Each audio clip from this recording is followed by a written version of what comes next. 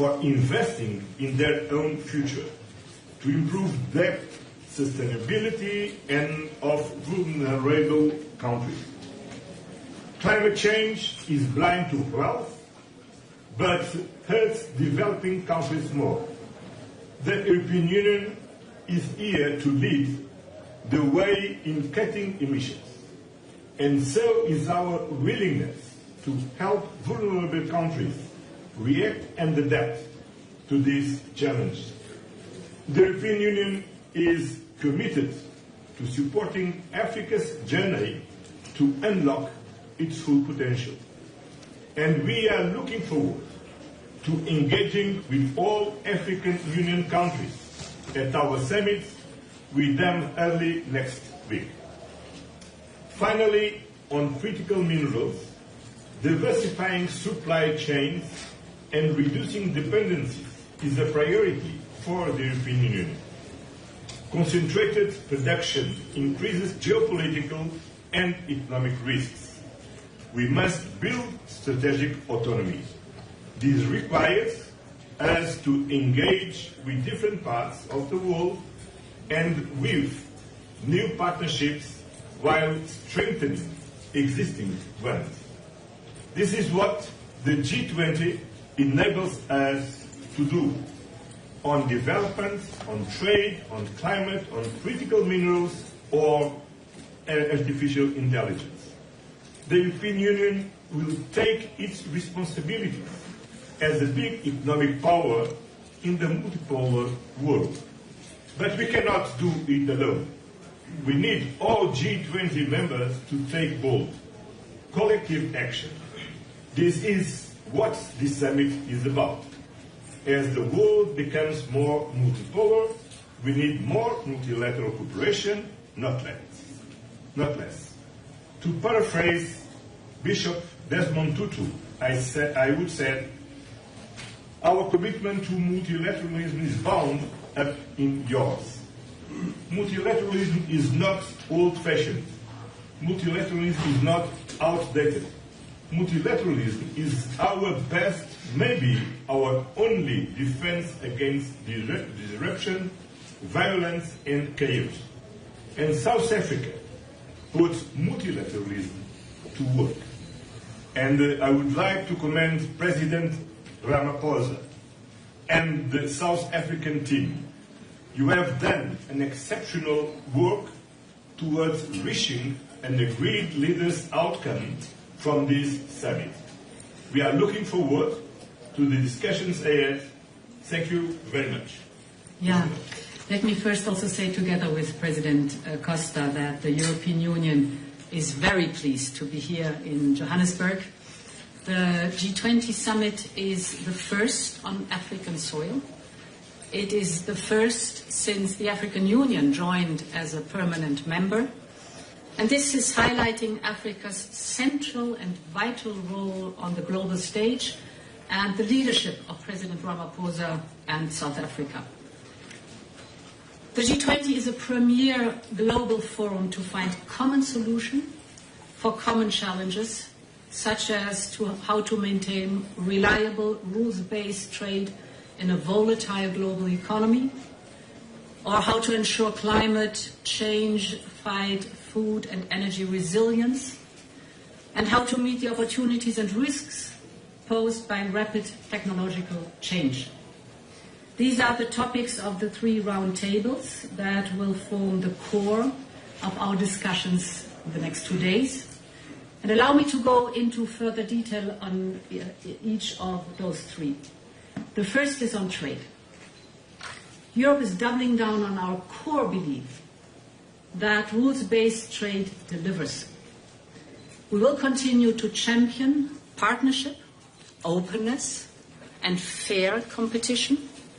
And that is the message we'll bring to the G20 and to the EU-African Union Summit, which follows these G20. Our network of free trade agreements is already the biggest in the world. 44 agreements with 76 partners. And we have more on the way. The agreements we have reached with Mercosur, Mexico, and Indonesia further strengthen our network. And we're working non-stop to finalize an agreement with India, but also with Australia, Thailand, the Philippines, Malaysia, and the United Arab Emirates. And just yesterday, we, the European Union and South Africa, concluded a clean trade and investment partnership. We are a partner that plays by the rules. That's important for us. We listen to our partners. And above all, we deliver mutual gains in trade and investment, which in return delivers good jobs. We believe in the mutual gain in trade and investment. We will continue advocating for a strong, reformed and relevant World Trade Organization, including here at the G20. The second roundtable, there the motto is a resilient world. And here the focus is on fighting climate change and the clean energy transition. As European Union, we want to bring a message of hope and of opportunity to this G20 summit. It is a message about clean energy technologies and clean energy transitions, because not only do they meet our urgent need to tackle climate change, but they do much, much more. And the business case by now is doing much better. Clean energy transitions are cost competitive. They create jobs, good jobs, homegrown. They open new ways to bring modern energy to the many millions that remain without access to energy. And they are a natural fit, of course, for many developing economies, as it is about the resources that these developing economies have in abundance. So we're speaking about not only solar, but also wind, geothermal, hydropower, and the new low-emission fuels. But for the clean transitions to really succeed, it must happen everywhere. That's important. And this is where reliable cooperation between trusted partners is yet again the best way forward. I welcome South Africa's making this a focal point of their G20 presidency. Just think about two figures. Last year, the investment in clean energy was globally 2 trillion, but only 2% of these investment went to Africa. But Africa is the continent with 60% of the world's best solar potential. So this cannot be. We must change this imbalance. And that is at the core of the European Union's Global Gateway Initiative. Of the whole 300 billion euros, 25% go into energy investment, and this to the Global South. The European Union wants to be Africa's partner of choice. That is for us important. And the opportunities now, and therefore I welcome that there is a side event here at G20. This afternoon, together with President Ramaphosa, we will host the final pledging event of our campaign called Scaling Up Renewables for Africa. It will be a key moment because we will convene governments and investors and philanthropists to come together and to power Africa's future. I hope to see you there too. My last point is on the third roundtable, a fair and just future. And here we will discuss the new issues like digital governance and how to enter the global economic mainstream with digitalization. And that's why I'm looking forward to our discussions on artificial intelligence. Artificial intelligence, we all know, is a revolution, but we must make it a revolution with citizens at its core. For Europe, innovation and accountability don't pull in opposite directions. On the contrary, they push together. And we are already working hand in hand with G20 partners who share the same vision of AI. It must be a game changer for good. This potential is strong on the African continent, from optimizing the renewable energy grids to predicting natural disasters. You need AI in these topics. And there, the European Union is working with our partners to lay the groundwork here in Africa for artificial intelligence factories. In other words, this is bringing computational power to to the many, many startups that are here on the continent so that they can train their models, develop their models, and improve their models. So, to conclude, I'm looking forward to the next 2 days. Thank you. Many thanks to our two presidents. We now open the floor for your questions, starting here at the front with Julia. Good morning. Julia Payne from Reuters. I was wondering if you had any thoughts about the US 28-point plan for peace in Ukraine. Is it acceptable to you? And is Zelensky or the US or Russia bringing you into the discussions? Well, thank you for your question. The European Union has not been communicated any plans in official matter. That it makes no sense for me, for us, to comment at this point.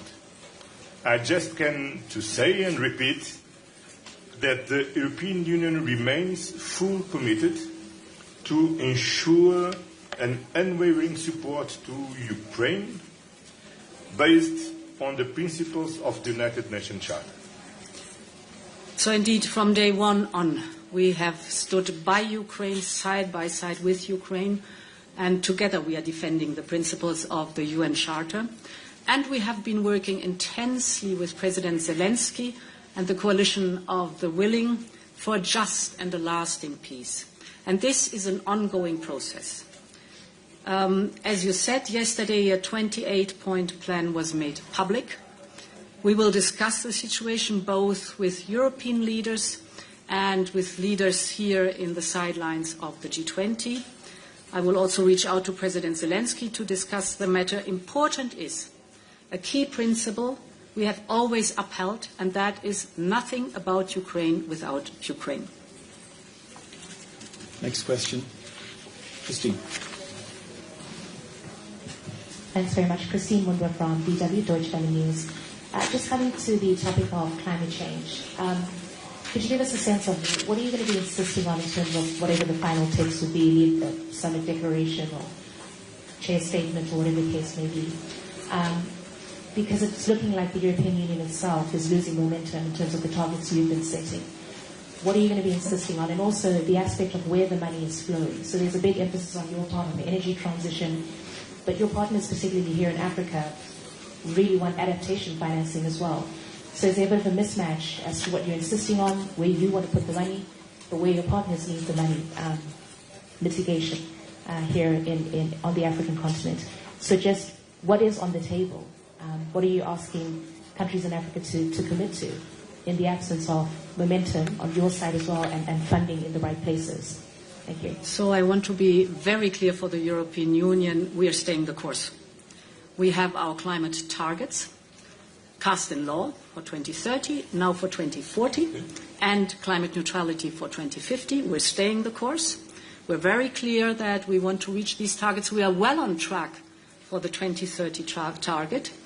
On the way forward, we have to be adaptable and flexible because this is a huge transition that is happening. No one has done it before. So we really have to are on uncharted waters, but we stay the course towards the common goals. That's important for me to emphasize that. Then the expectations here for the G20. I also want to be clear. We're not fighting fossil fuels. We're fighting the emissions from fossil fuels. That is important. So the big topic is, of course, always in fighting climate change is energy. If you look at the cut of emissions, I can only speak for the European Union. The last 20 years, we have cut the emissions by 50%. This cut has mostly taken place via reducing emissions in energy. So this is vital, and here we're talking about clean energy. It's either renewables or nuclear energy. And you're right, climate change is mostly affecting, of course, emerging economies. But they are often also the ones who have now the resources, as I just said, for fighting climate change and having alternatives, clean alternatives for energy. The figure I just was mentioning was the 2 trillion that are invested last year in energy, clean energy, renewables and low carbon energies. Only 2% went to Africa. And here we have to change the balance. Much more investment has to go to Africa. On your final point, climate finance, the European Union is the largest funder of climate finance. Last year we contributed 29 billion euros. That is the biggest sum. And we are completely committed also to the new goals we have set for adaptation and for climate finance. Next question, Ansgar.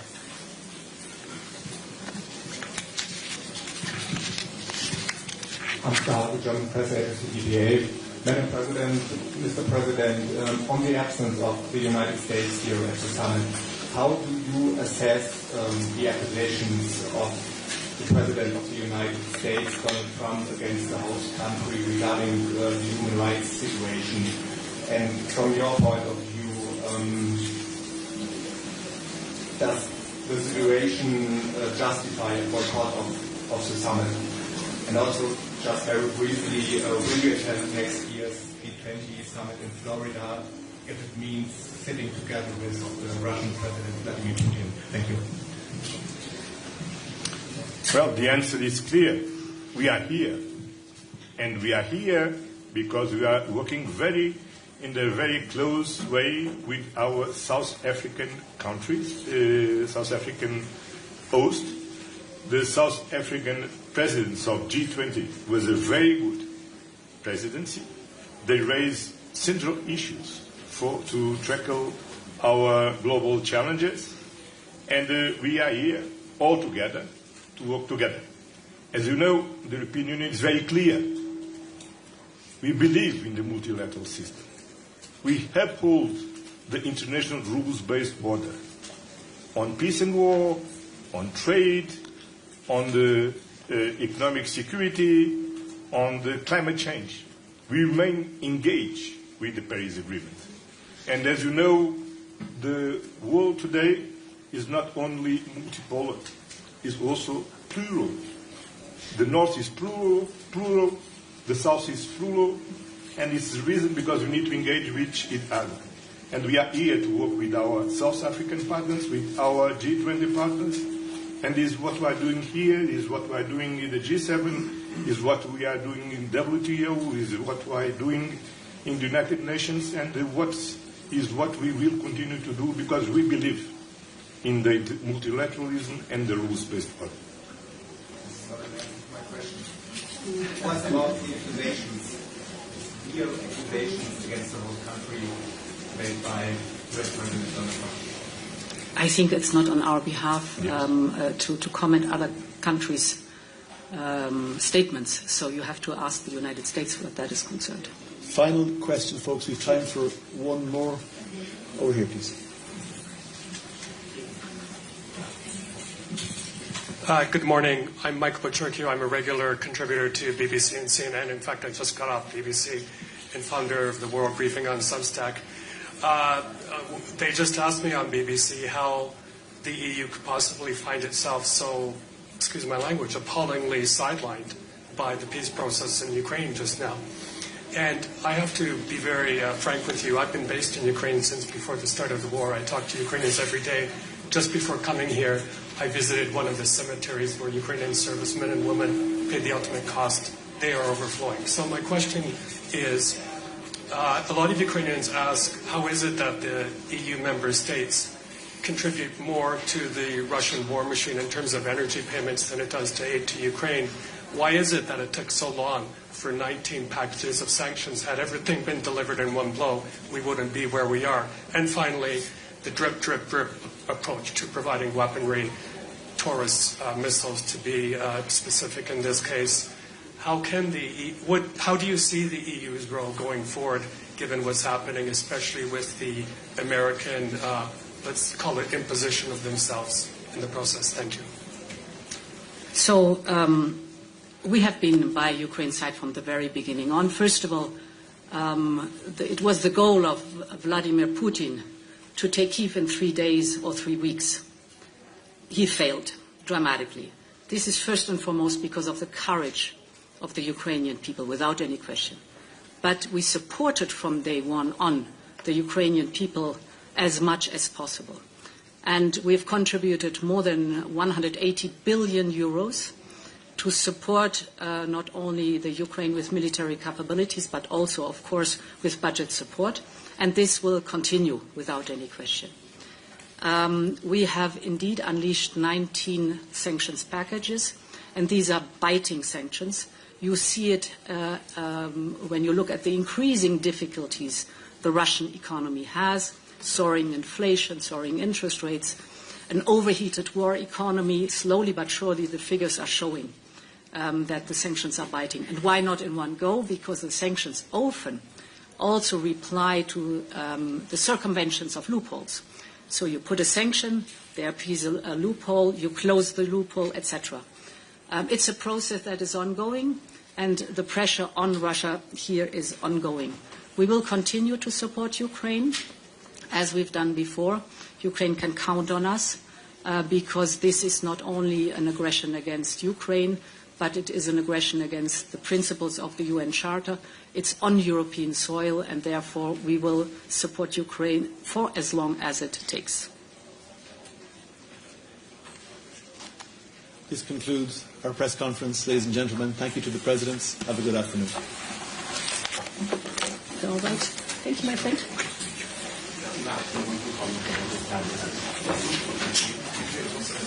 Thank you.